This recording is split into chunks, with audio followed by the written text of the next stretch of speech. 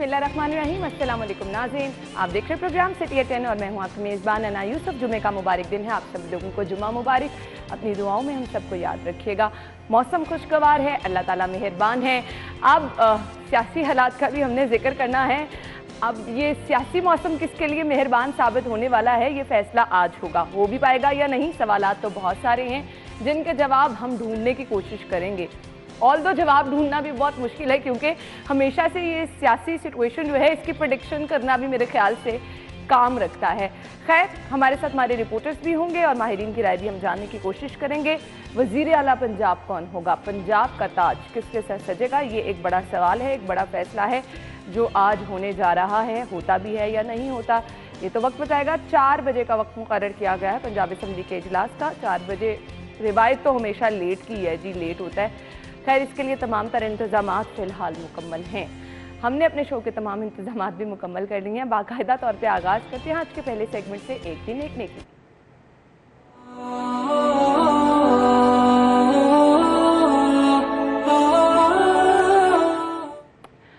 तो नाज़रीन, आज हमारे साथ हमारे स्कॉलर अमानत रसूल साहब मौजूद हैं। आज का पैगाम आप तक पहुँचाएँगे। बिस्मिल्लाहिर्रहमानिर्रहीम। जिस शख्स में तवाज़ो और इनकिसारी होती है वो बंदा अल्लाह ताला को बहुत पसंद है। तवाज़ो इनकिसारी का मतलब ये होता है कि इंसान के पास इल्म भी हो, दौलत भी हो और इंसान के पास अल्लाह सुब्हानहू व तआला की मुख्तलिफ़ नेमतें मौजूद हों, लेकिन वो उन नेमतों पर ख़ुद दावा करने के बजाय और उसका मालिक ख़ुद को साबित करने के बजाय वो हमेशा उसके निस्बत अल्लाह सुब्हानहू व तआला की तरफ करे।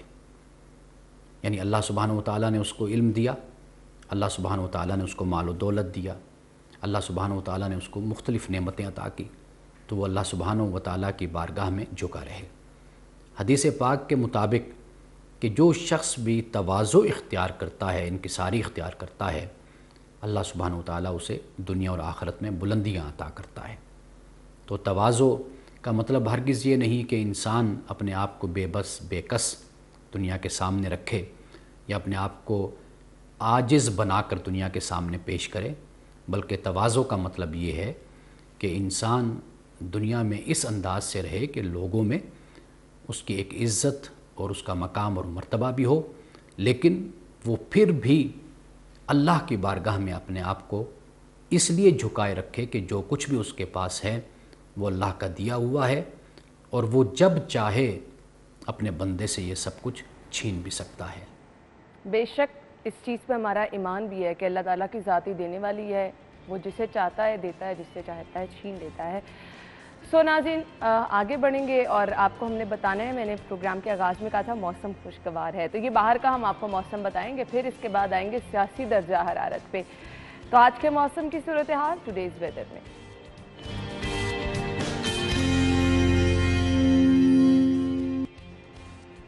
मायदा इस वक्त बाहर मौजूद है, मायदा की तरफ चलेंगे। जी मायदा, बताइए मौसम कैसा है?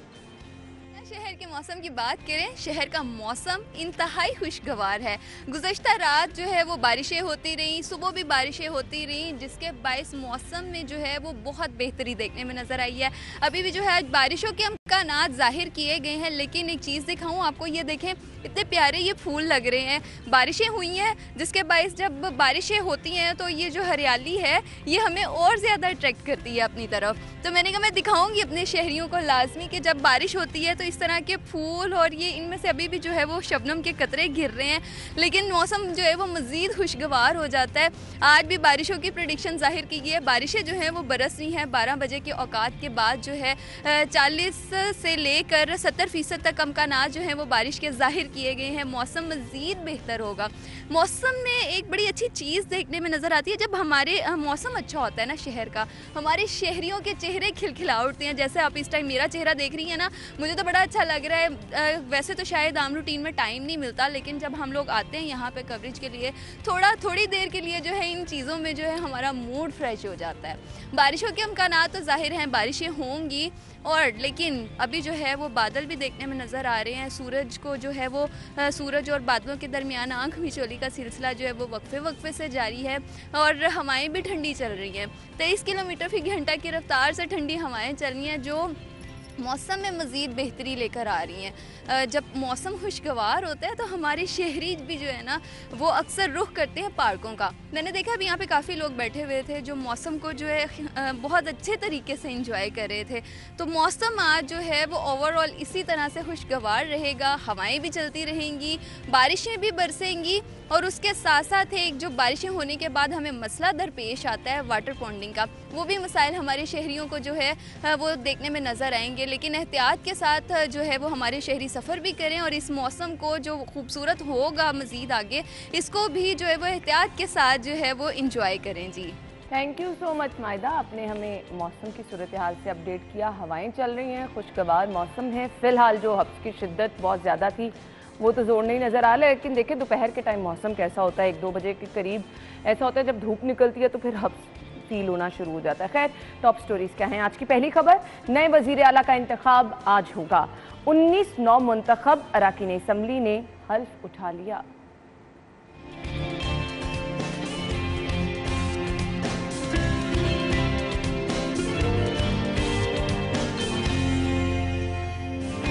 साबिक सदर आसिफ अली जरदारी की चौधरी शुजात हुसैन से दोबारा मुलाकात, मुफाहमत के बादशाह वजीर आला पंजाब के लिए मुतहर्रिक। वफाकी हुकूमत बिजली की कीमतों में इजाफे के लिए पर तोलने लगी। नेपरा दरख्वास्त पर 28 जुलाई को समाप्त करेगा। और तामीराती मटीरियल की कीमतों में कितना इजाफा हुआ ये भी आपको बताएंगे आज के शो में।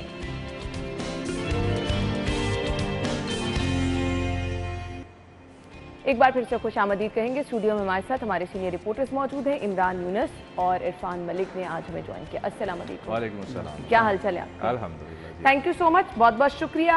पहली खबर की तरफ आएंगे। नए वजीर आला का इंतखाब, बड़ा मामला, बड़ा फैसला और पूरे पंजाब का वजीर आला हमेशा से नजरें जो है वहाँ टिकी रहती हैं। खैर, हमजा साहब ने थोड़ा बहुत इंजॉय कर लिया सीएम शिप को, ऐसा ही है?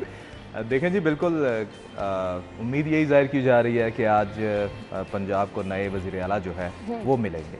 और लेकिन गुज़िश्ता कुछ अरसे से जो सूरत हाल रही है तो कुछ भी कहना जो है वो मुश्किल है कि वाकई क्या आज वोटिंग होगी या नॉमिनेशन जो है वो हो भी जाएगी। लेकिन दोनों पार्टी अगर बात करें, हुकूमत और अपोजिशन, एक अरसे से ये कोशिश जो है वो कर रही थी। इलेक्शन जो हुए और उसके बाद जो 19 नए अरकान ने हलफ उठाया है, तो इसके बाद अभी जो पलड़ा भारी नज़र आ रहा है वो जो अपोजिशन की जमात है तहरीक इंसाफ, उसका जो है फिलहाल तो पलड़ा वाकई उधर भारी नजर आ रहा है, लेकिन दावे दोनों तरफ से किए जा रहे हैं। हमने हुकूमती जितने भी रहनुमा हैं उनकी अगर बातें सुने तो वो कह रहे हैं कि जी इतने लोगों ने तो वोट नहीं डालना, इतने लोग जो हैं वो बैकआउट कर जाएंगे। तो समझ से बाहर है कि आपका क्या हो जाएगा ना। देखिए, इस वक्त जो है वो माइंड गेम चल रही है। एक असाब की जंग भी जारी है जहाँ पे एक तरफ आपने लोगों को अपनी तरफ माइल करना है, लोगों को अपने साथ मिलाना है, वहीं पे एक तासुर भी ये क्रिएट करना है कि हम जीत रहे हैं। अगर आप देखें राना सनाउल्लाह के बयानात देखें आप, तो वो तो कहते थे कि 200 से ज़ायद वोट जो हैं वो हमजा शहबाज लेंगे। हाँ। और उसके बाद आप जब से ये मूव शुरू हुई तो उसके बाद आप देखें कि आसिफ अली जरदारी उनका यहाँ पे आना, इमरान खान का यहाँ पे पहुँच जाना, और उसके साथ साथ जो ऑपोजिशन के मुलाकातें जो हो रही हैं, ऑपोजिशन के जो इस वक्त बयानात, उनकी जो बॉडी लैंग्वेज है उसमें भी आप देखते हैं। कल जो इमरान खान साहब ने तकरीर की उसके अंदर उन्होंने जिस तरह ललकारे मारे, और वो मुझे पंजाबी फिल्मों के जो डायलॉग हैं वो याद आ रहे थे, छड्डांगा नहीं, वो इस तरह की बातें हो रही थी कि अगर जो है वो कुछ किया गया तो श्रीलंका वाले हालात। हाँ। और इस तरह की चीज़ें जो हैं वो हमारे सियासी माहौल जो है उसको ख़राब से ख़राब तर हो रहा है। आप देखिए, जिसके पास अगर मैंडेट है, अगर कोई पार्टी जीत गई है, वो कोई भी पार्टी हो, वो आप पाकिस्तान मुस्लिम लीग नून हो, पाकिस्तान तहरीक इंसाफ हो, पीपल्स पार्टी हो, या कोई भी पार्टी है, अगर उसको अवाम ने मैंडेट दिया है तो हमें इस चीज़ को ऑन करना चाहिए, अवाम के वोट को इज्जत देनी चाहिए। वही बयानिया जो मियां मोहम्मद नवाज शरीफ का था कि वोट को इज्जत दो, अब वही बयानिया जो है वो पाकिस्तान तहरीक इंसाफ लेकर आ गई। देखिए, यही वो पाकिस्तान पीपल्स पार्टी थी जो हमजा शहबाज जीत के उसके बावजूद उन्होंने किस तरह उनको जो है वो सारे मामलात के अंदर उनको घसीटते रहे। कभी उनको अदालत में चले जाते थे, कभी गवर्नर पंजाब जो थे उनके हल्फ नहीं लेते थे, और अब यही गवर्नमेंट है, अब ये कह रही है कि अगर किसी जगह पे रोड़े अटकाएंगे तो श्रीलंका वाले हालात पैदा करेंगे, थ्रेट किया जा रहा है। तो ऐसी चीज़ें, सूरत हाल जब अपने ऊपर गुजर रही होती है तब भी आपको याद आती हैं, जब आप किसी के साथ कर रहे होते हैं तब ये चीज़ें भूल जाते हैं। लेकिन इरफान देखें, जो आप बात कर रहे हैं ना कि तमाम सियासी पार्टियों के जो बड़े रहनुमाएं लाहौर में मौजूद है और बड़े बड़े दावे जो हैं वो किए जा रहे हैं, वो इस वजह से किए जा रहे हैं कि नो डाउट लाहौर जो है ना, लाहौर और इसमें होने वाली सियासत जो है इसका असर पूरे मुल्क पर होता है, पूरे मुल्क पर होता है। और अब अगर आप नंबर गेम को देखें तो रिसेंटली अभी की जो सूरत हाल है ना वो यही है कि पाकिस्तान तहरीक इंसाफ का पलड़ा इस वजह से भारी है कि जो 19 नए अरकान जो हलफ लेकर आए हैं उसके बाद तहरीक इंसाफ के पास 188 सीट्स हैं। हाँ, और अगर नून लीग को देखा जाए तो उसके पास जो है वो 168 अपनी है, 7 जो है वो पीपल्स पार्टी की हैं, 4 आज़ाद हैं और 1 राह-ए-हक पार्टी के हैं। तो ये मिला के भी तकरीबन 80 के करीब सीट्स बनती है। और अगर ये देखा जाए कि तहरीक इंसाफ के एक मेंबर जो है, इतलात यही हैं कि वो एक गैर मुल्की दौरे पर भी हैं, तो तहरीक इंसाफ जो है वो तकरीबन कोई 186 के करीब वोट जो है वो हासिल कर सकती है। लेकिन अभी भी पलड़ा जो है वो बात की जाए तो पाकिस्तान तहरीक इंसाफ का भारी है। और जिस तरह आप कह रही थी कि हमजा ने इंजॉय कर लिया, देखें हमजा शहबाज शरीफ के बारे में जो कि हमारे अभी तक के वज़ीर आला भी हैं, इरफान और मैं अभी यही डिस्कस कर रहे थे कि अभी तक के वज़ीर आला तो वही हैं, तो उनको उनके हवाले से हाँ 4 बजे तक हुई, उनके हवाले से अगर ना बात की जाए ना, वो एक हमेशा सियासी वर्कर और सियासी लीडर के हवाले से उन्होंने काम किया। हाँ, इनके वालिद साबिक वज़ीर आला शहबाज शरीफ जो थे वो एक अच्छे एडमिनिस्ट्रेटर भी थे, लेकिन हमजा में वो चीज़ें नहीं है। लेकिन अगर मैं ये कहूँ, देखें ये बात तो ठीक है कि आज 4 बजे के बाद नए वज़ीर आला जो है वो पंजाब को नया मिल जाएगा, लेकिन अगर नए आने वाले वज़ीर आला में भी पुराने वज़ीर आला वाला मिलेगा या नहीं, पुराने वज़ीर आला वाली रविश इख्तियार की तो फिर कोई फ़ायदा नहीं है ना। अवाम को फिर क्या फ़ायदा, अवाम को महंगाई भी उसी तरह मिल रही है, तमाम तर मसाइल भी अवाम के उसी तरह, कोई मसाइल नहीं हल हो पाया, तो फिर नए वज़ीर आला का क्या फ़ायदा। असल बात हो अवामी मसाइल जो है ना उनका हल है, जो कि अभी तक नज़र नहीं आ रहा जब से ये इलेक्शन हुए।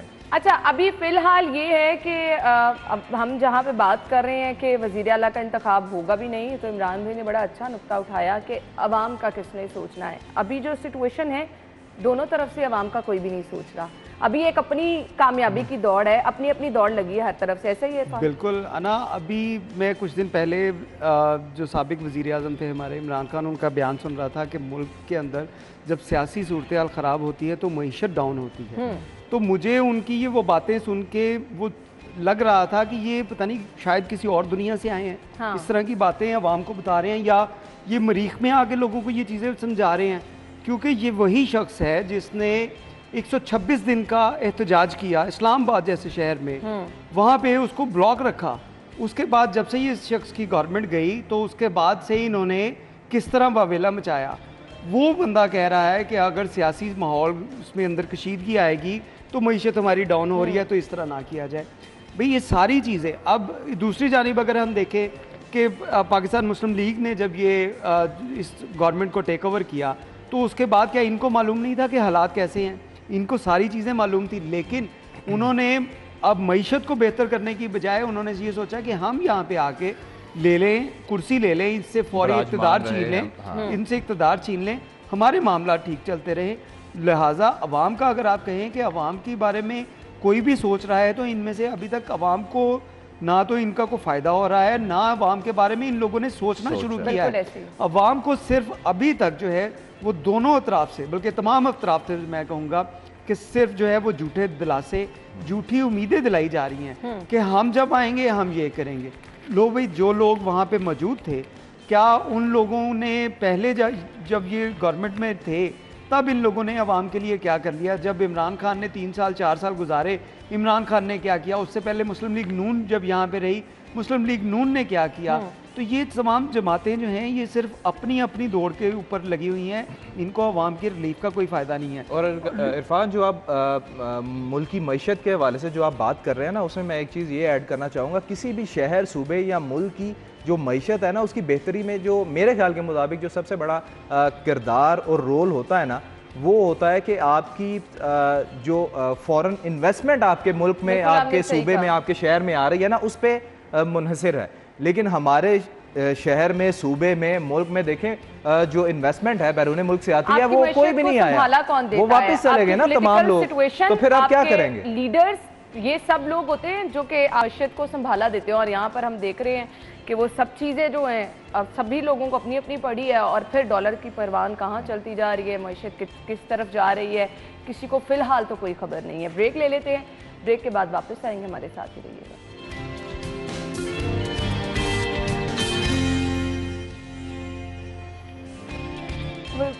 Welcome back. आपको एक बार फिर से खुश आमदीद कहेंगे। वज़ीर आला का इंतखाब आज होगा, तो बहुत सारे सवालात इसी एक लाइन के साथ जुड़े हैं। हमारे रिपोर्टर अली अकबर हमें ज्वाइन कर चुके हैं, जिनसे सबसे पहले हमने ये बात जाननी है कि वज़ीर आला का इंतखाब आज होगा भी या नहीं। अस्सलाम वालेकुम अली, क्या हाल चाल हैं आपके? जी अली, आप सुन पा रहे हैं? जी सुन सही। अली, सबसे पहले तो ये बताइएगा, हम बारहा कह रहे हैं कि आज वज़ीर आला का इंतखाब होगा, तो क्या वक्त मुकर्रर किया गया है और ये बड़ा मार्का आज सर हो भी सकेगा या नहीं?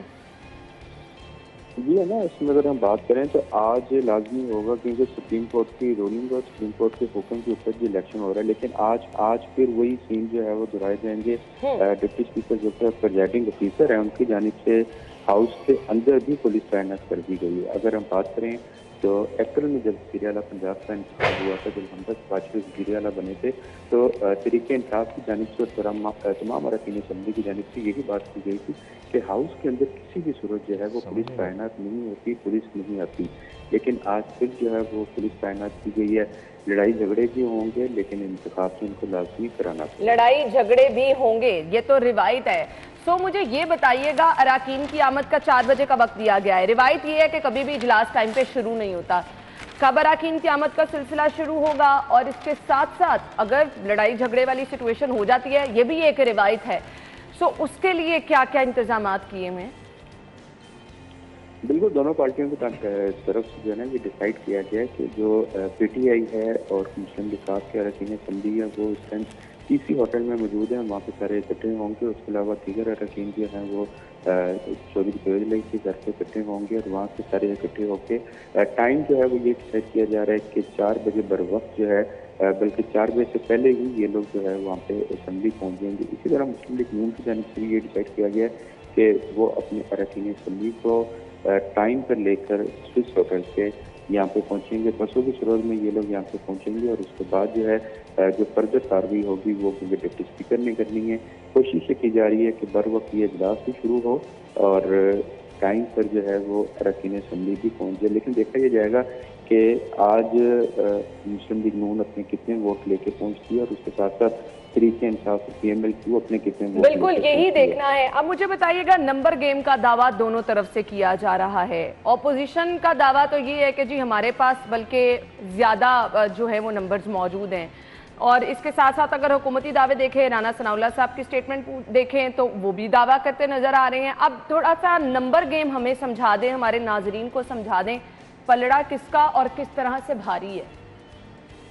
नंबर गेम की अगर बात करें तो पीटीआई और PMLQ की जो है नंबर गेम ज़्यादा है, और मुस्लिम लीग नून जो है वो सिर्फ यही सरप्राइज दे सकती है कि वो किसी भी तरीके से पीटीआई के जो अरकान सूबाई असम्बली हैं उन्हें पंजाब असम्बली आने से रोक लिया जाए, उन्हें एब्सेंट करवा दिया जाए, या किसी भी तरीके से उनको वोट कास्ट करने से रोक लिया जाए। इस टाइम अगर हम बात करें तो PMLQ और पीटीआई है, उनके 188 वोट हैं, दोनों के मुश्तरका वोट हैं। लेकिन इसमें क्योंकि डिप्टी स्पीकर आज इजलास की सदारत करेंगे तो डिप्टी स्पीकर वोट कास्ट नहीं कर सकेंगे, और उसके साथ साथ जो चौधरी साउद हैं वो बताया जा रहा है कि अपना रिजाइन देके वो तुर्की चले गए। तो इस लिहाज से 186 वोट जो हैं वो पड़ने चाहिए चौधरी फैज अली को। और इसी तरह अगर हम बात करें मुस्लिम लीग नून की, तो मुस्लिम लीग नून जो है वो इस टाइम 180 वोटों के ऊपर खड़ी है। ठीक है, 180, और जैसे कि ये अली ने तो हमें समझा दिया। अब मुमकिना तौर पर रुकावटें क्या हो सकती हैं वो भी हमें बता दें। ये इस तरह के इलेक्शंस में ऐसा ही होता है कि किसी भी सूरत से जो वोटर है, वोटर को अंदर ना आने दिया जाए, वोटर पर एतराज़ लगा दिया जाए, या उनका किसी भी तरीके से अगर आपने कोई वोटर मैनेज किया हुआ है तो उसके पास अगर एक तो वो असम्बली नहीं आएगा, अगर वो असम्बली आ जाएगा तो कह देंगे हमारे पास कार्ड नहीं है, कोई भी इतराज़ लगा दिया जाएगा, या उनकी मेंबरशिप जो है वो सस्पेंड है। इस तरह के कई इतराज़ लगाए जाते हैं।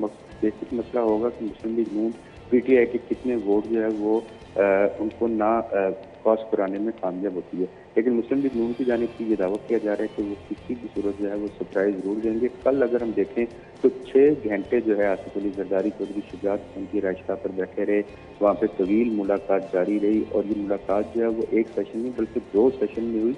और इस मुलाकात के हवाले से जो है सियासी मुबस्सिरीन ने काफ़ी बातें की, काफ़ी इस मुलाकात को जो है सुविधा लिया गया और मुलाकात 6 घंटे के बाद जब खत्म हुई तो आसिफ अली जरदारी की जानिब से साबिक वज़ीर आज़म नवाज शरीफ से रब्ता किया गया और बताया यह जा रहा है कि तमाम तर सूरत हाल से नवाज शरीफ को आगाह कर दिया गया है।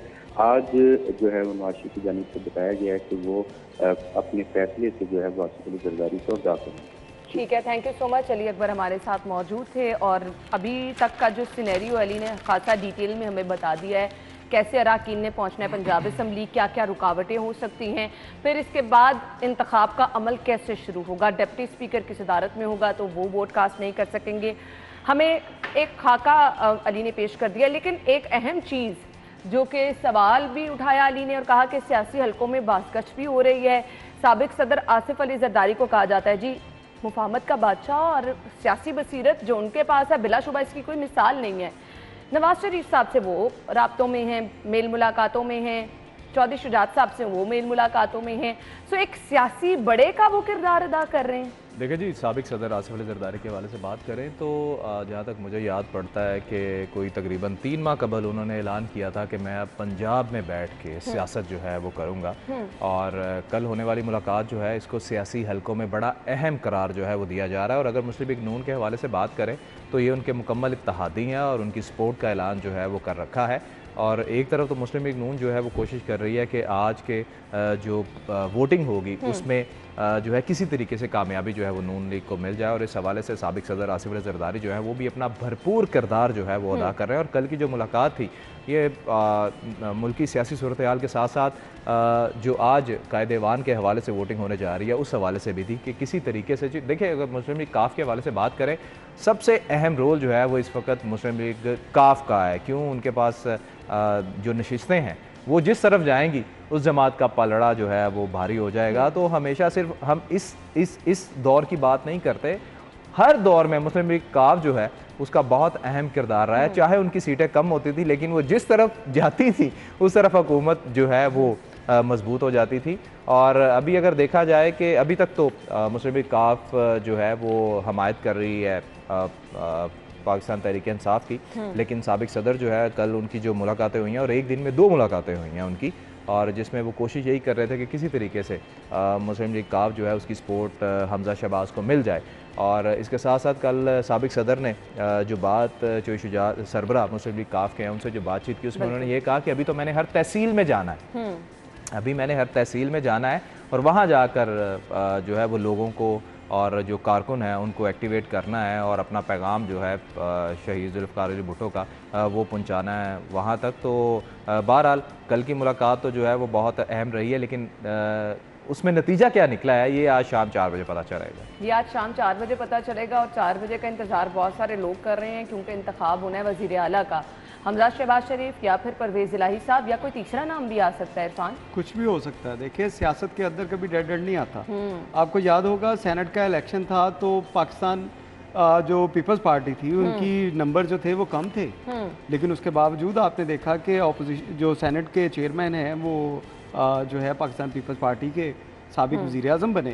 तो ये चीज़ें जो हैं सियासत के अंदर कुछ भी हो सकता है। और अगर हम इस मुलाकात की बारे में बात करें जो चौधरी शुजात हुसैन और साबिक वज़ीर जो सदर पाकिस्तान थे आसिफ अली जरदारी, इनके माबैन जो मुलाकात हुई उसके अंदर अगर आप देखें तो अगर ये चीज़ें हो जाएं जिसके ऊपर काफ़ी वर्किंग की जा रही है कि काफ लीग के सरबराह देखें चौधरी शुजात हुसैन है, अगर वो सरबराह होने के नाते ऐसा ऑर्डर कर दें कि काफ लीग के कोई भी जो मेंबर ऑफ पार्लियामेंटेरियन है वो वोट कास्ट नहीं करेगा, और अगर वो करता है तो वो तमाम के तमाम उसी तरह नाअहल हो जाएंगे जिस तरह ये 20 लोग नाअहल हुए और इन्होंने दोबारा से इलेक्शन करवाया। तो इसके लिए ही ये दो एक दिन के अंदर 2 मुलाकातें जारी हैं। और चौधरी शुजात हुसैन की जानिब से बयान भी आ गया था पहली मुलाकात के बाद कि मैं बारहा ये कह चुका हूँ कि मैं परवेज़ इलाही के साथ खड़ा रहूँगा। लेकिन देखें, वही बात कि सियासत में कभी डेड एंड नहीं आता। बातचीत के दरवाजे हर वक्त हर पे आखिर कुछ नहीं होता, बातचीत के दरवाजे खुले रहते हैं और हम अगर अपनी इसका जो उसका माजी देखें हम अपनी सियासत का, तो इसके अंदर ऐसे मामला जो है बड़ी बड़ी मिसालें हैं कि आपके पास नंबर गेम कम भी है लेकिन उसके बावजूद आप जीत के और उसके साथ साथ आप देखें वो एक और फैक्टर भी है। ये तो सियासी बड़ों की आपस में मुलाकातें हैं ना, एक और फैक्टर भी है जिसके बारे में इमरान खान कुछ दिन पहले वो कह चुके हैं कि हमने जब बिल पास करवाना होता था हमें एजेंसियों से कहना पड़ता था कि बंदों को लेके आए, तो वो बंदे लेके भी आते थे। और उसी तरह हमें कई पार्लियामेंटेरियन जो थे उनके बयानात भी गौर करने चाहिए। वो कहते थे मरहूम जो आमिर लियाकत थे, जब उनसे पूछा गया था कि आपको असम्बली में कौन लेके आया, तो उन्होंने कहा जो लेके आते हैं वही लेके आए। उन लोगों का किरदार भी देखा जा सकता है। तो ये सारी चीज़ें हैं। अभी 4 बजने में अभी काफ़ी टाइम है, अभी तो 5-6 घंटे मौजूद हैं, कुछ भी हो सकता है सियासत में। अच्छा इरफान, मैंने फिर अगली खबर की तरफ जाना है, कुछ सिक्योरिटी मुझे बता दे पंजाब असम्बली का गिरदोनवाह किस तरह से है? अब बिल्कुल डिप्टी स्पीकर की जानिब से IG पंजाब और चीफ सेक्रेटरी को मरासला लिखा गया था कि सिक्योरिटी के इंतजाम बेहतर करें, क्योंकि हम अगर देखें जो पहले इजलास हुआ था उसके अंदर लड़ाई झगड़ा भी किस तरह हुआ, वहाँ पे लोटे भी पहुँच गए, वहाँ पे पूरा माहौल जो है वो पूरी दुनिया ने देखा कि किस तरह हमारी पंजाब असम्बली के अंदर हमारे वो नुमाइंदे जिनको हम वोट देकर इज्जत देकर हम असम्बली में लेके आए वो क्या हरकतें कर रहे थे। और उसी वजह से जो है अब दोबारा से ऐसे मामला ना हो। पुलिस के 1400 से ज़ायद नफरी जो है वो पंजाब असम्बली और इसके गिरदोनवा के ऊपर तैनात की जा रही है। 1400 एहलकार और अफसरान, जिसमें अंदर भी होंगे सिक्योरिटी के लिए और उसके बाहर जो पंजाब असम्बली के बाहर हिसार भी होगा, क्योंकि जो पाकिस्तान मुस्लिम लीग नून थी उसकी जानिब से ये बारहा कहा जा रहा था कि कुछ गुजरात से गुंडे जो हैं वो अंदर बैठ के जो मेंबर पार्लियामेंटेरियन हैं उनको मारते हैं, उनको तशद्दुद का निशाना बनाया।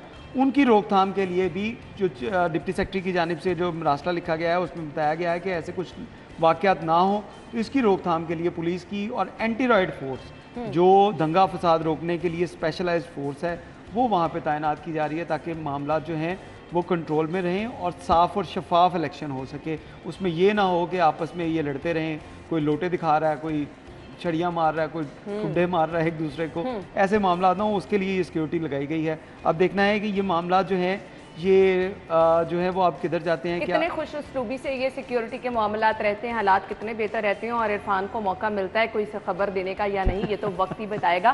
खैर, जहां पर हम देख रहे हैं साबिक सदर आसिफ अली जरदारी मुतहरिक नजर आ रहे हैं मेल मुलाकातों में, सियासी हालात को संभाला देने में, वहीं जियाले भी उनका बड़ा ज़बरदस्त इस्तकबाल कर रहे हैं। जी, साबिक सदर आसिफ अली जरदारी रैली की सूरत में इतने जियालों ने उनका इस्तकबाल किया, झूठे इल्ज़ामात से आसिफ जरदारी के चाहने वालों की दिल आज़ारी हुई, PTI वाले कौम से मुआफ़ी मांगे, अजीज़ुर रहमान चंद का ये कहना है। जी इमरान भाई। देखें जी, बिल्कुल अगर बात की जाए पाकिस्तान पीपल्स पार्टी के रहनुमाओं की वर्करों के हवाले से, तो नो डाउट वो तो बड़े डाई हार्ट फ़ैन होते हैं अपने पार्टी चेयरमैन के, और जियाले जो है ना वाकई वो जियाले होते हैं। और स्पेशली जब उन्हें ये पता चल जाए कि उनके पार्टी के सरबराह आसिफ अली जरदारी जो हैं वो लाहौर में मौजूद है, तो फिर तो उनका जोश व जज्बा जो है वो इसी तरह का होता है जैसे हमें गुज़िश्ता रोज़ भी नज़र आया है। और जिस तरह जैसे मैंने पहले बताया कि साबिक सदर आसिफ अली जरदारी ने कहा था कि मैं पंजाब में बैठ के सियासत करूँगा, तो तब से इनके जो वर्कर्स हैं, कारकुन हैं, रहनुमा हैं, वो वेट कर रहे हैं कि कब हमारा मिलेगा और कब वो अपनी पार्टी की तहरीक जो है वो चलाएंगे, कैसे वोटर्स को मोटिवेट करेंगे, कैसे पब्लिक गैदरिंग जो है वो करेंगे। नो डाउट पाकिस्तान पीपल्स पार्टी का वोटर तो है। हालिया कुछ अर्सा कबल लाहौर में एक ज़िमनी इलेक्शन भी हुआ था जिसमें बड़े मार्जिन से वोट जो है वो मिला था। पाकिस्तान पीपल्स पार्टी को बहुत ज़्यादा वोट मिला था, तो नो डाउट अब वोटर तो है। और यही वजह है कि कल भी जो है वो आसिफ अली जरदारी से इज़हार यकजहती के लिए जो वर्कर्स हैं, कारकुन हैं, वो बाहर निकले थे और पार्टी परचम जो है वो उन्होंने पाकिस्तान पीपल्स पार्टी के थाम रखे थे और हर जगह से रैलियां जो हैं वो निकलती हुई हमने देखी।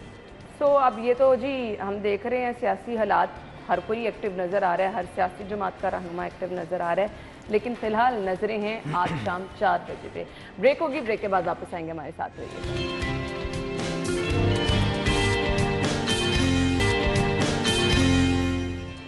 Welcome back. खबर ये है जी, घर बनाना मुश्किल, मेरे ख्याल से मुश्किल नहीं, अब ये ख्वाब रह गया है, क्योंकि ऑलमोस्ट पूरा एक ट्रेंड हम देखते हैं, लोग पैसे जमा करते हैं कि हमने घर बनाना है। बचपन से ही हर किसी की ख्वाहिश होती है बहुत ही खूबसूरत और अपना घर हो। अब खूबसूरत घर तो बात ही पुरानी रह गई है ना, अपना घर बनाना ही मुश्किल हो गया है, क्योंकि तामीराती मटेरियल इसकी कीमतों में रोज़ बरोज़ इजाफे का सिलसिला जारी है। जी इमरान भाई। अन्ना देखिए, पहले हम ये सुनते थे कि कोई 1 कनाल का घर ढूंढ रहा है, फिर वक्त गुजरा, हमने देखा, ये सुनने में आया लोग 10 मरले का घर ढूंढ रहे हैं, फिर 5 मरले का आया। अब आप यकीन जाने हर बंदा 2.5 मरले का घर जो है वो ढूंढ रहा है, और कुछ लोग तो बेचारे सिर्फ रेंट पे या गिरवी पर आ चुके हैं। तब हम ये कहते थे कि तामीराती मटेरियल जो है वो महंगा हो गया, और अब क्या हुआ है, अब पेट्रोलियम मसनूआत और जो डॉलर की कीमत जो है वो ऊपर जा रही है, उससे महकमा खजाना ने कल खुद नोटिफिकेशन जारी कर दिया है। ये जो आज बात हो रही है ना कि तामीराती मटेरियल महंगा हो गया है, ये हम प्राइवेट सेक्टर की बात नहीं कर रहे हैं, हम गवर्नमेंट सेक्टर की बात कर रहे हैं। अब आप ये देखें कि महकमा खजाना ने जो नोटिफिकेशन निकाला उसके मुताबिक जो आपकी 1200 रुपए की 1000 ईंट थी वो 14,000 की उन्होंने कर दी, और इसी तरह जो 720 रुपए की आपकी सीमेंट की बोरी थी सरकारी रेट के मुताबिक वो 1050 की हो गई है। वाइट सीमेंट जो 1100 समथिंग का था वो 15,050 का हो गया। अब आप ये देखिए, ये सरकारी निर्ख हैं, और जब आप मार्केट में जाएंगे तो प्राइवेट सेक्टर आपसे कितना चार्ज करेगा वो देखें। तो ये सारी चीज़ें जो है ये इंटरलिंक कर रही हैं सिर्फ और सिर्फ यही महंगाई की वजह से। और महंगाई क्यों बढ़ रही है? ऑब्वियसली वो पेट्रोलियम मसनूआत जो है उसमें बहुत ज़्यादा इजाफा हो गया, डॉलर जो है वो चला गया।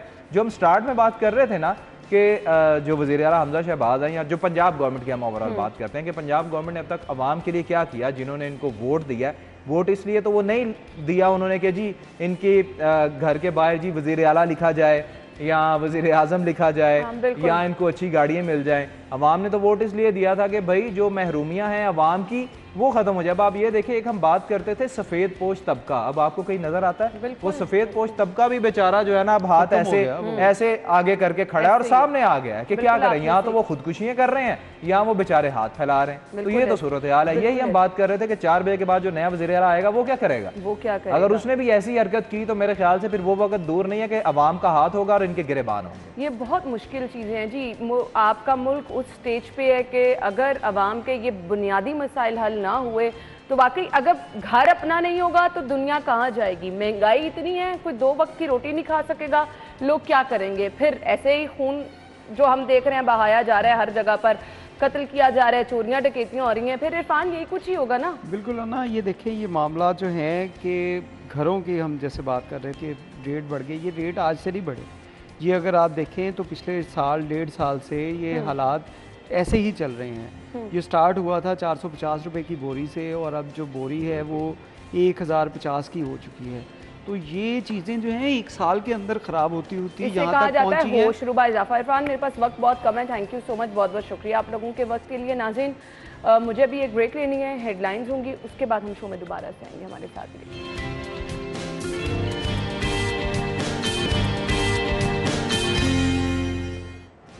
ब्रेक के बाद आपको एक बार फिर से खुशामदीद कहेंगे। सो प्रोग्राम के सिलसिले में हम बात करने वाले हैं आजकल आपको हर जगह बहुत ही मेरा पसंदीदा और बहुत सारे लोगों का पसंदीदा, बच्चों का, बड़ों का पसंदीदा ये फल है जी आम, जो कि आपको नज़र आ रहा है। और आज है जी मैंगो डे। तो मैंगो डे पे आज हमने आम की अफादियत पर भी बात करनी है। आप कितना आम खा सकते हैं, क्योंकि आम वो फल है जब आप खाने लगें तो बस हाथ रोकना मुश्किल हो जाता है। शेक की सूरत में भी लेते हैं लोग, आम की चटनी भी बना लेते हैं। सो आम की अफादियत एक्चुअली क्या है, कितनी क्वांटिटी में आप खा सकते हैं, और अगर आप इससे ज़्यादा खाएंगे तो क्या नुकसान हो सकता है।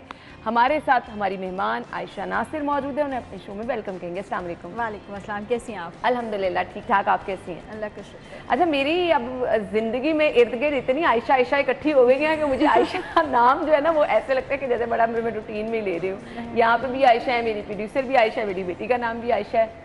तो ये बहुत खूबसूरत नाम ना। हाँ बिल्कुल ऐसे ही है। अच्छा जी आयशा, हम अपने टॉपिक की तरफ आ जाते हैं। मैंगो डे है, आम आपको पसंद है? बहुत ज़्यादा। अभी मैं परसों ही पेटी खुलवाई है बैठ के। अच्छा, अब आम वो भले जब आप खाना शुरू करें तो हाथ रोकना भी मुश्किल हो जाता है। ये गलत है। एक पोर्शन के साथ चीज़ को हमेशा खाना चाहिए। और आम अगर आप ज़रूरत से ज़्यादा खाते हैं, जो लोग वेट कॉन्शियस हैं उनको तो ये इफ़ेक्ट करता ही करता है ना। ये जो हम लोग सुनते रहते हैं, आए दिन सुनते रहते हैं आम गर्म है, आम गर्म है, वो वहीं से चीज़ आती है। आप ज़रूरत से ज़्यादा कोई भी चीज़ खाएंगे तो वो फिर आपको अपने साइड इफ़ेक्ट्स देगी। लिटरली मेरे पास ऐसे लोग आते हैं, जब मैं कहती हूँ आपने दिन में इतने आम खाने हैं, तो आगे से जवाब आता है हम तो 4 से 5 से 6 आम ना खाएं तो हमारी तो तसल्ली ही नहीं होती। अच्छा, एक रीज़न मैंने ये भी सुनी है कि आम खा लिया, वो चाहे 2 खा लिए 3 खा लिए, फिर मिल्क शेक भी पी लिया। हाँ हाँ। अच्छा, वो तो आम के उसमें नहीं आता ना, वो तो हमने शेक किया था ना। बिल्कुल ऐसे ही है, ये बिल्कुल गलत है। आम को मैयर करके, अच्छा हमारे यहाँ ना एक ये मैंने चीज़ देखी, हम लोग मैयरिंग स्केल यूज़ नहीं करते। हाँ। जब आप बाहर के लोगों को देखें वो हर चीज़ मैयर करके खा रहे होते हैं, उनके किचन का हिस्सा है, उनके किचन का हिस्सा है। हमारे यहाँ जैसे जूसर ब्लेंडर पड़ा होता है, उनके यहाँ किचन इनकम्प्लीट है वेट स्केल के बगैर, किचन स्केल के बगैर। तो हम लोगों के घरों में भी एक किचन स्केल का कॉन्सेप्ट ज़रूर होना चाहिए, ताकि हम हर चीज़ को मेजर करके एटलीस्ट रजिस्टर तो करें दिमाग में हम खा के रहे हैं। हम गुठलियाँ अलहदा चूस रहे होते हैं बैठ के मिल्क शेक बनाने के बाद, आम अलहदा खा रहे होते हैं, शेक अलहदा पी रहे होते हैं, फिर वो चीज़ साइड इफेक्ट्स देती है। सही।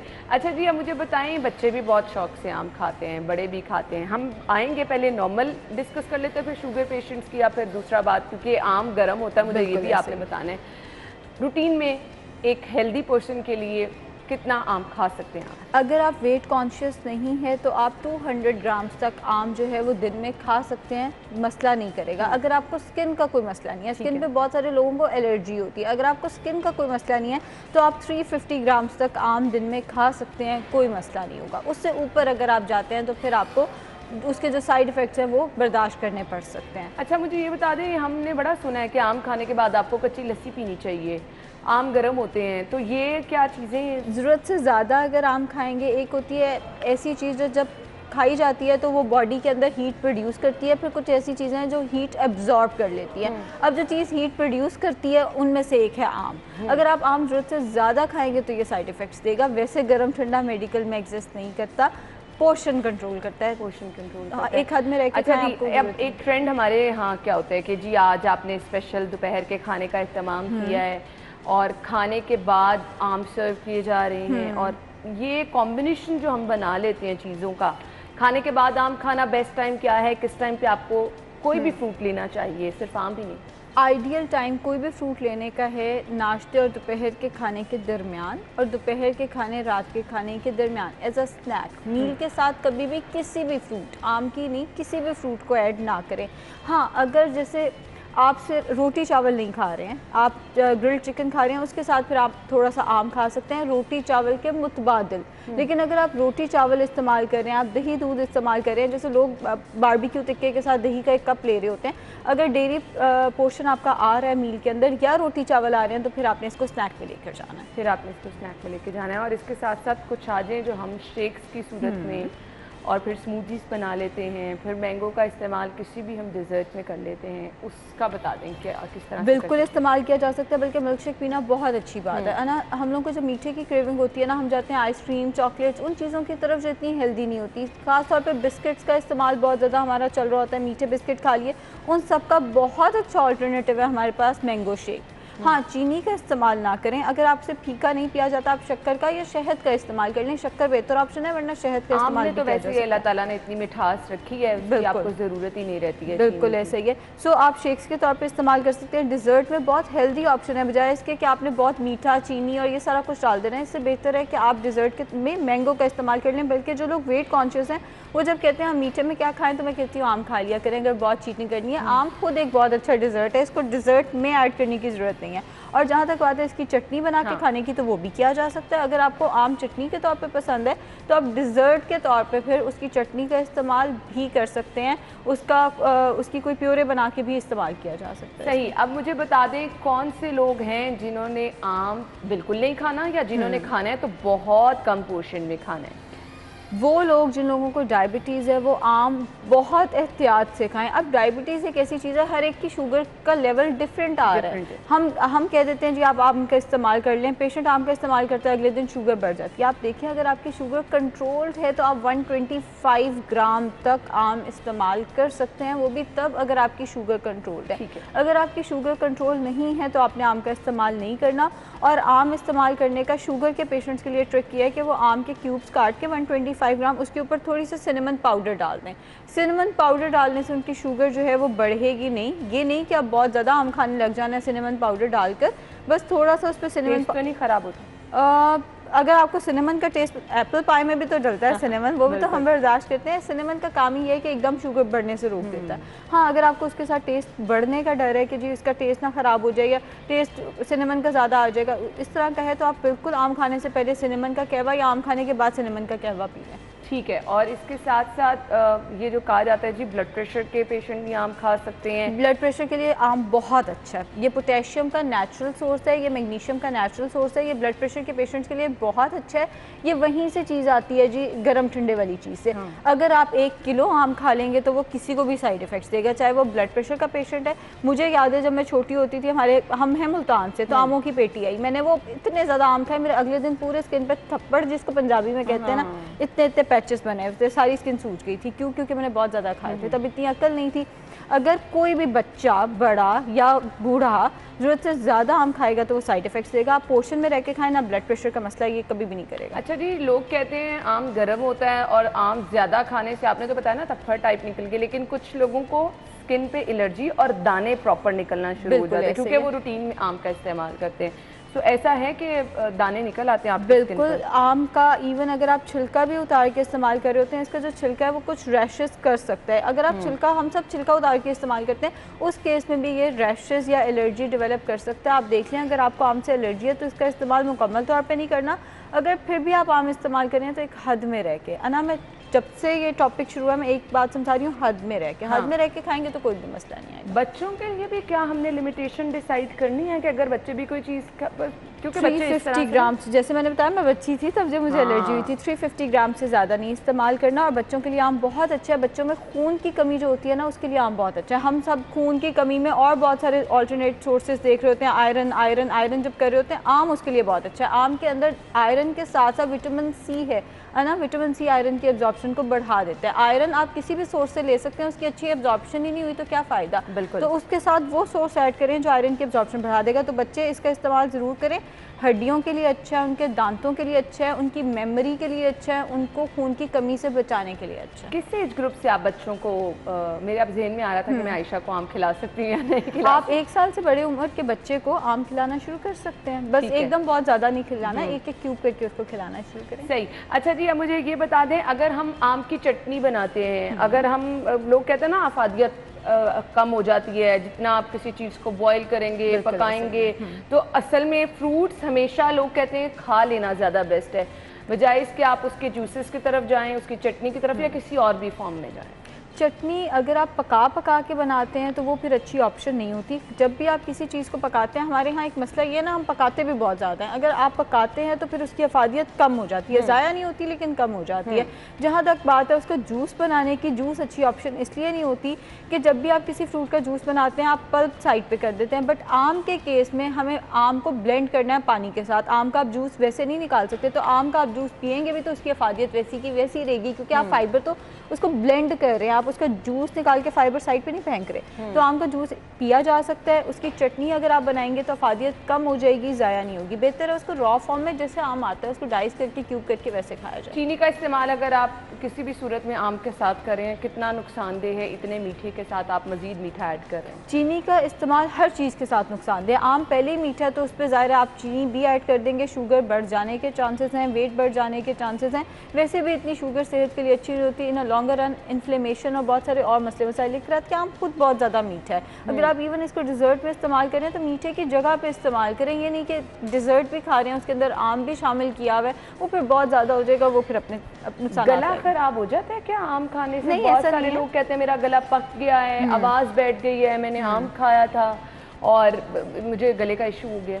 विटामिन सी इसके अंदर मौजूद है। विटामिन सी खट्टा होता है, लेकिन आम भी खट्टे और मीठे दोनों कैटेगरी के होते हैं। बहुत सारे आम बहुत खट्टे होते हैं और बहुत सारे बहुत मीठे होते हैं। अगर आप मीठे आम का इस्तेमाल करते हैं तो ये मसला नहीं होगा। हाँ, अगर आपका गले को वैसे खट्टे से इंटॉलरेंस है, जैसे आप नींबू खाते हैं, ऑरेंज खाते हैं, तो उससे इंटॉलरेंस है, उसी तरह फिर खट्टे आम से भी होगी, वरना आम का कोई ताल्लुक नहीं है। एक आम में, एक फल में अल्लाह ताला ने कितनी आफादियत रखी है? अगर हम रूटीन में आम का इस्तेमाल कर रहे हैं तो हमारी बॉडी के लिए वो किस तरह से अहम है, हमें एंड पे ये बता दीजिएगा। आपको स्ट्रेस एंजाइटी से बचाने के लिए बहुत अच्छा है, मेमोरी के लिए बहुत अच्छा है, काम डाउन करने के लिए आम बहुत अच्छा है, फिर हड्डियों के लिए, दांतों के लिए ये बहुत अच्छी चीज़ है। पोटेशियम का अच्छा सोर्स है, विच मीन्स कि ये ब्लड प्रेशर को ठीक रखता है, दिल की बीमारियों से बचाने के लिए बहुत अच्छा है, और हामला ख़वातीन के लिए बहुत अच्छा है। जैसे मैंने बताया कि आयरन का अच्छा सोर्स है, इसमें विटामिन सी भी है।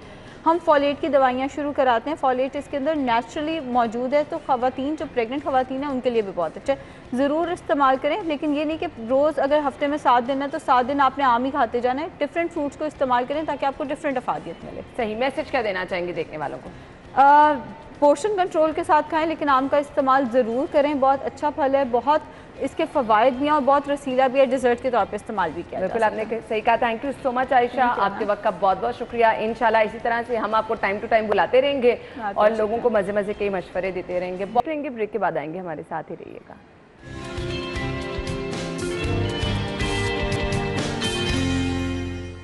खुश आमदीद आपको एक बार फिर से कहेंगे। मॉनसून में जहाँ कहीं हम देखते हैं कि हम सबसे पहले तो स्टार्ट ये करते हैं ना कि अब्र रहमत है, मौसम खुशगवार है, मुसलसल बारिश होती है, तो ये जो पूरा दिन बारिश रहती है इसके साथ हम देखते हैं बहुत सारे मसाइल भी हैं। रोड एक्सीडेंट भी होते हैं, छतें गिरने के वाक़यात भी होते हैं, करंट लगने के वाक़यात भी होते हैं।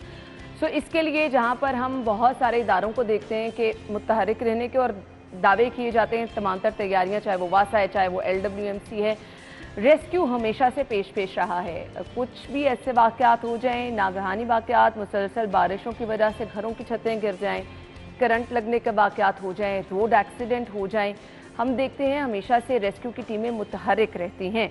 सो ये मॉनसून का मौसम रेस्क्यू के लिए कितना चैलेंजिंग होता है, ये किस तरह से तैयारी करते हैं, ये हम जान लेते हैं। हमारे साथ DG rescue doctor Rizwan Naseer साहब मौजूद हैं, उनको अपने शो में वेलकम करेंगे। अस्सलाम वालेकुम जी, क्या हाल चाल है? ठीक ठाक जी। Thank you so much doctor साहब, बहुत बहुत शुक्रिया। मॉनसून का मौसम रेस्क्यू के लिए चैलेंजिंग किस तरह से होता है? सभी लोग तैयारियां करते हैं, सभी डिपार्टमेंट्स रिपोर्ट जारी करते हैं कि मॉनसून से कबल ये तैयारियां की गई, आप भी तैयारियां करते हैं? जी बिल्कुल, आई थिंक तैयारी के बगैर तो कोई भी चीज़ नहीं चलती।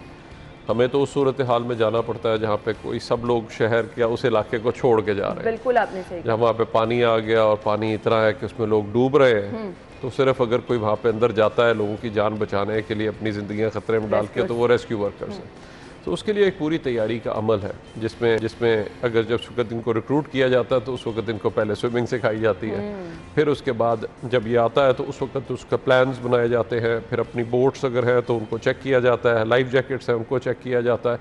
तो ये एक पूरा प्रोसेस है, डिस्ट्रिक्ट एमरजेंसी बोर्ड्स की बाकायदा मीटिंग्स होती हैं। फिर उसके अलावा हमने ये किया है कि अब अगर जिस तरह किसी भी एरिया के अंदर हम बार मैं लोगों से भी रिक्वेस्ट करूँगा, देखिए हमें बहुत जल्दबाजी होती है, हम चाहे आप सड़क पे देखें, चाहे जाके घर जाके रेस्ट करना है, लेकिन सड़क पे ऐसे जाएंगे हर लाइट तोड़ते हुए और इस तरह से जाएंगे कि पता नहीं कहाँ पहुँच रहा है लोग। अगर आप वही थोड़ी देर पहले निकल जाएं तो जल्दबाजी ना। इसी तरह अगर वहाँ पे पानी खड़ा है, आपको नहीं पता वहाँ पे एक साइड पे ड्रेन है, हो सकता है किसी ने गटर का ढक्कन खोल दिया हो ताकि पानी आराम से निकल जाए। नॉर्मली गली मोहल्लों में हम देखते हैं कि लोगों ने ढक्कन खोल दिए होते हैं कि पानी वहाँ से निकल जाए, क्योंकि वहाँ कोई टीमें नहीं पहुँचती हैं वासा की, तो होता क्या है, कोई बाइकर गुजरता है, कोई बच्चा गुजरता है, इसलिए वो एक अब वो जिस वक्त आप उस सूरत हाल में, मैं लोगों से अपील करूँगा कि आप प्लीज़ अवॉइड करें उस एरिया में जाने से। आप थोड़ी देर इंतज़ार कर लें, एकदम बारिश पड़ती है, थोड़ी देर में पानी निकल जाएगा वहाँ से, क्योंकि ज़ाहिरी बात है जो बारिश अब जिस तरह कल कुछ टेजल ने तो बहुत एग्जैजुरेटेड फिगर की, बट इवन 150 मिलीमीटर भी अगर बारिश हुई है तकरीबन, वो बहुत ज़्यादा है, और उस वक्त उसको थोड़ी देर में वो पानी निकल जाएगा, 2 घंटे में निकल जाएगा, 3 घंटे में वो पानी ड्रेन हो जाता है मेजॉरिटी जगहों से। तो वो क्योंकि जितना ले सकता है, जितना सिस्टम बना हुआ है उतना ही वो निकालेगा, उसके बाद 2-3 घंटे में आप उतनी देर अवॉइड कर लें उस एरिया में जाने से, बजाय कि अपनी ज़िंदगी को रिस्क में डालें। फिर ऑब्वियसली रेस्क्यूअर्स भी जाते हैं, उनको नालों से भी निकालते हैं, ड्रेन से भी निकालते हैं, जो बड़ा एक मुश्किल ऑपरेशन है। और कितने सारे लोग लाहौर में ही इस बार भी अभी 6 डेथ्स हुई, 25 लोग जख्मी हुए। इसी तरह से जो दीवारें हैं आपकी, उनसे दूर रहे, कोई ऐसी दीवारें जाती हैं घरों की। जी, ज़्यादातर हमने देखा ये दीवार गिरने के जो साइडों पे लोग, कच्ची दीवारें हैं और लोग साइड पे बैठे हैं, तो वो अक्सर दीवारें जब गिरती हैं वो जख्मी करती है। इसी तरह छतों पे आप लोगों से भी अपील होगी कि अपनी छत पे जाएं, देखें वहाँ पे पानी निकलने के कोई चीज़ है या नहीं है, बिकॉज अगर वहाँ पे पानी खड़ा हो जाएगा और आपकी छत पहले ही कमज़ोर है और वहाँ से जो निकलने का जो नाला है वो आपका बंद है, तो उसमें फिर वहाँ पे जिस वक्त पानी खड़ा हुआ और छत कमज़ोर है तो उसने तो गिरना। यानी आप लोगों ने ये ध्यान रखना है कि अगर मुसलसल बारिश हुई है, जैसे पिछले दिनों 3 बजे, परसों जो बारिश शुरू हुई, 3 बजे बारिश शुरू हो गई थी, सारी रात बारिश हो रही है, कम से कम अपनी छत पे जाके देखें, अगर कहीं साइडों पे पानी जमा है तो उसकी निकासी के लिए कोई इंतजाम करें।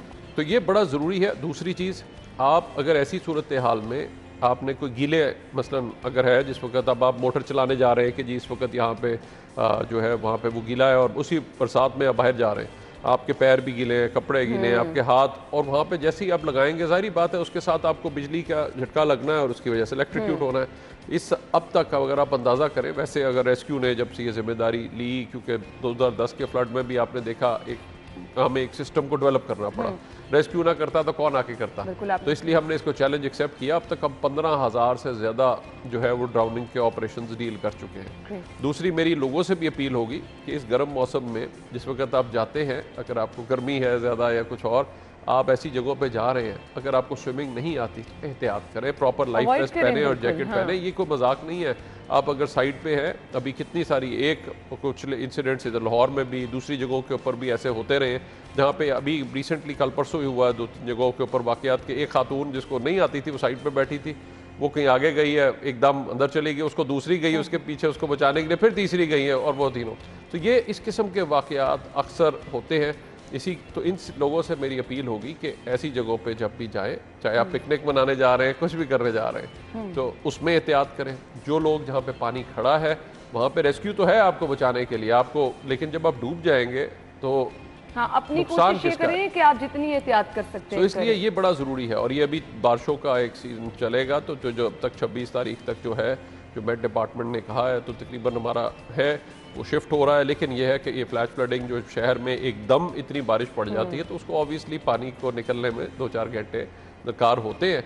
और उस सूरत हाल में मेरी लोगों से खास तौर पे मैं ये अपील करूंगा। आम तौर पे होता क्या है, पानी जमा हो, हमने भी दफ्तर आते हुए ये चीज़ें नोटिस की हैं, लोग बाइक्स फुटपाथ के ऊपर चढ़ा लेते हैं, वायर्स अगर वहाँ पे हैं, खंबे वहाँ पर हैं, नहीं पता चलता वायर पानी में भी गिरी है, आप करीब से गुजर रहे हैं करंट लगने के और कोई और 30 सेकंड या 1 मिनट आप सिर्फ इंतजार कर लें कि जी थोड़ी सी ट्रैफिक निकल जाए, और निकल के आप उसके बाद आगे जा सकते हैं। कोई इतना वो नहीं है कि आपको इतनी बेसब्री है कि जी पता नहीं आपने क्या कहाँ जाना है। अच्छा, इसी तरह अगर पानी खड़ा है इतना, मैंने लोगों को देखा है कि आप थोड़ा सा ऊपर से चक्कर काट के अपने उधर आ जाए, नहीं, उसी से गुजरने की जो है ये कोशिश करेंगे। और जिस वक्त उसी से गुजरने की कोशिश करते हैं तो उसमें क्या होता है, जाहिर बात है वो जब कोई गया उसमें या बाइक बंद हो गई, एक और नया मुसीबत बन गया, तो आप क्यों ये रिस्क ले रहे हैं, अपनी ज़िंदगी को ख़तरे में डाल रहे हैं, अपनी गाड़ी या मोटरसाइकिल को आप प्रॉब्लम में डाल रहे हैं। और फिर उसके बाद जो वर्कशॉप जाके ठीक करने के लिए जाएंगे, आप सोचें वो कितना टाइम लगेगा। इसलिए मैं लोगों से अपील करूंगा कि थोड़ी सी ऐसी सूरत हाल में अक्लमंदी करें।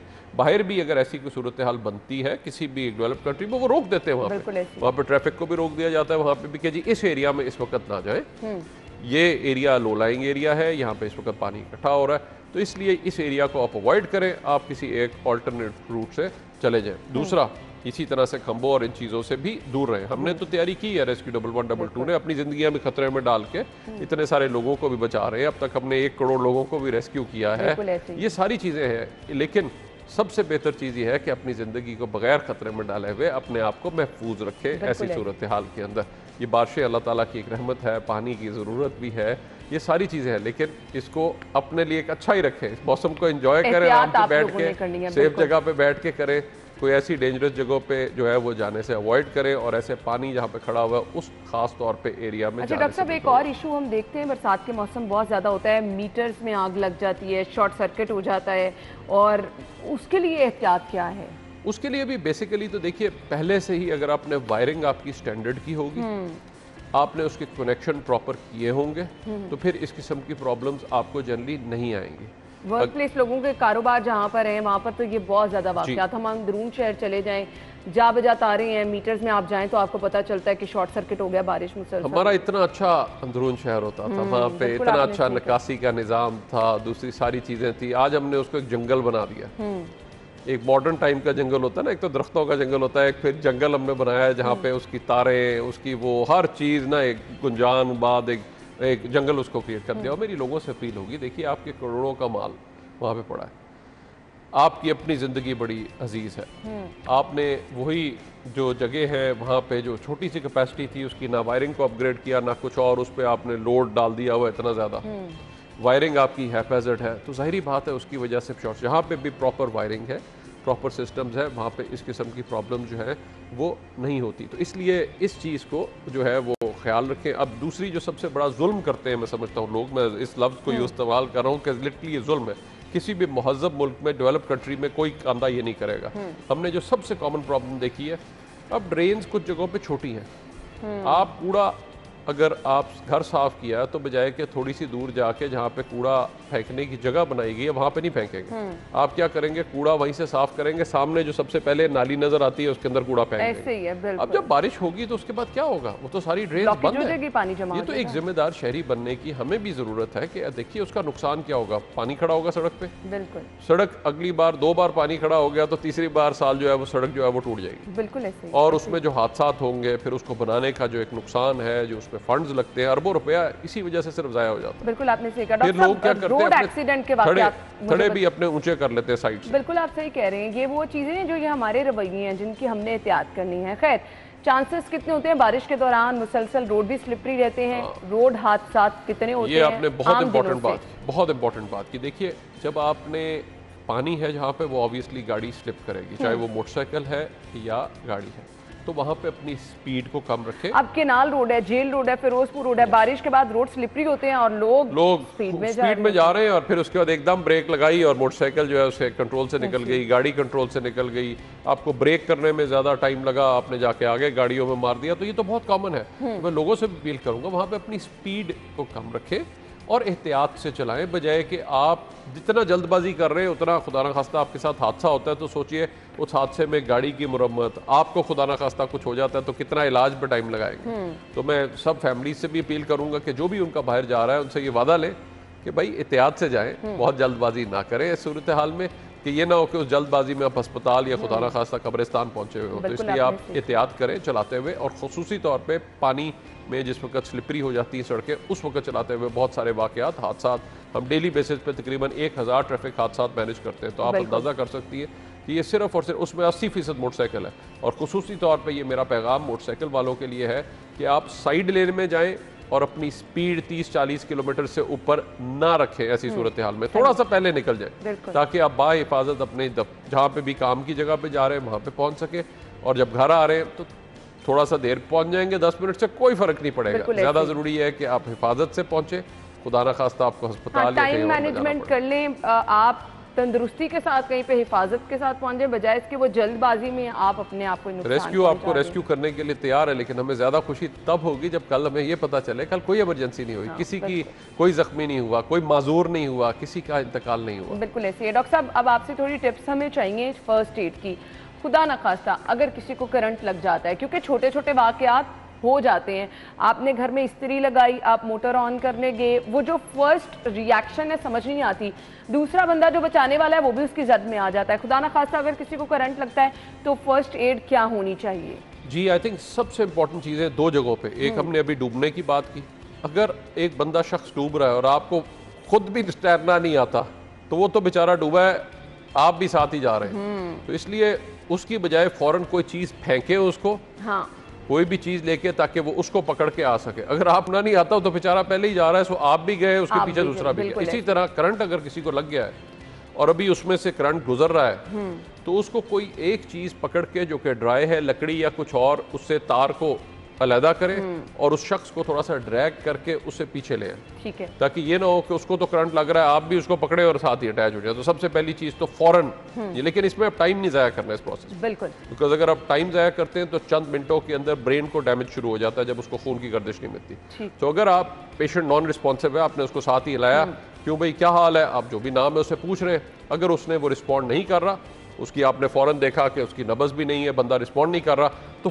फौरन आपने यहाँ पे छाती क्या जो है, ये सीना है, इसके निचले हिस्से में जो ये दरमियान में जो ये हड्डी है, इसके निचले हिस्से में आपने हाथों को अपने सीधा रख के, क्योंकि अगर आप ऐसे बेंड करते हैं तो पुशअप्स पर आपने देखा होगा बड़ी जल्दी थक जाते हैं, हाँ जी, तो आपने अपने हाथों को, कोनियों को बिल्कुल सीधा रखना है, ठीक है, अपने जिस्म के वजन को इस्तेमाल करते हुए आपने फौरन उसकी चेस्ट कंप्रेशन शुरू कर देनी। आप बाकी चीजों पे टाइम ना जाया करें, बिकॉज प्रेशर से जी आपने सांस अगर आपको सही तरह देना नहीं आता, उसके लिए बाकायदा सील करनी होती है, ताकि जब आप सांस दे वो पूरा अंदर जाए हो, तो उसमें आप फौरन जो है अपनी चेस्ट कंप्रेशन का अमल शुरू कर दें। जब भी कोई ऐसी इमरजेंसी हो, आपने फौरन फोकस करना है कि आप इमीडिएटली चेस्ट कंप्रेशन का जो प्रोसेस है वो शुरू कर दें, छाती दबाने का अमल, और ये आपने तकरीबन 100 बार दबाना है 1 मिनट में, 100 से 120 बार।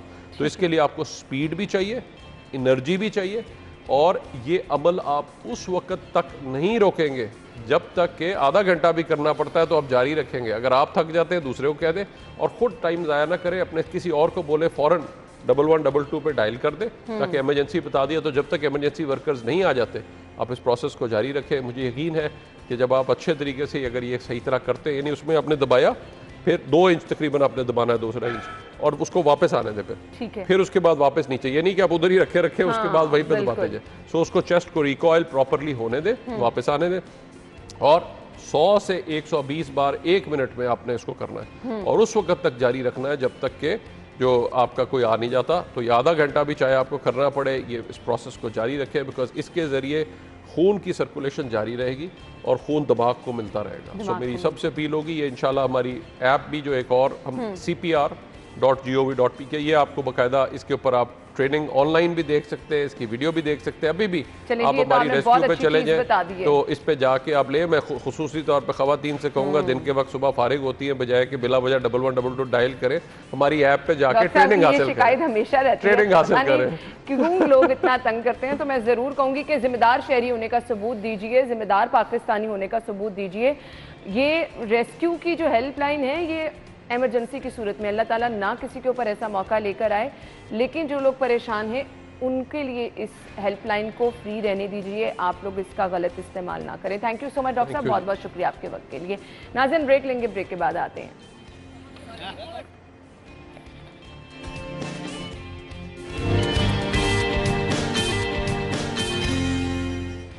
खुश आमदीद आपको एक बार फिर से शो में कहेंगे। वर्ल्ड ब्रेन डे आज मनाया जा रहा है, तो दिमागी सेहत से जुड़ी कुछ चीज़ें और कुछ मैसेजेस जो हैं अजमत हमारे तक पहुंचाएंगे। उनके साथ एक माहिर डॉक्टर मौजूद हैं। ओवर टू यू अजमत।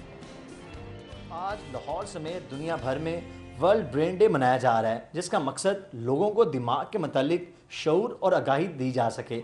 इस टॉपिक पर बात करने के लिए आज मेरे साथ मौजूद हैं कंसल्टेंट साइकेट्रिस्ट गंगाराम अस्पताल डॉक्टर सैयद मोहम्मद उमर। डॉक्टर साहब, मुझे बताइएगा कि आज वर्ल्ड ब्रेन डे मनाया जा रहा है, इसका मकसद क्या है और इस चीज़ के बारे में ज़रा रोशनी डालें।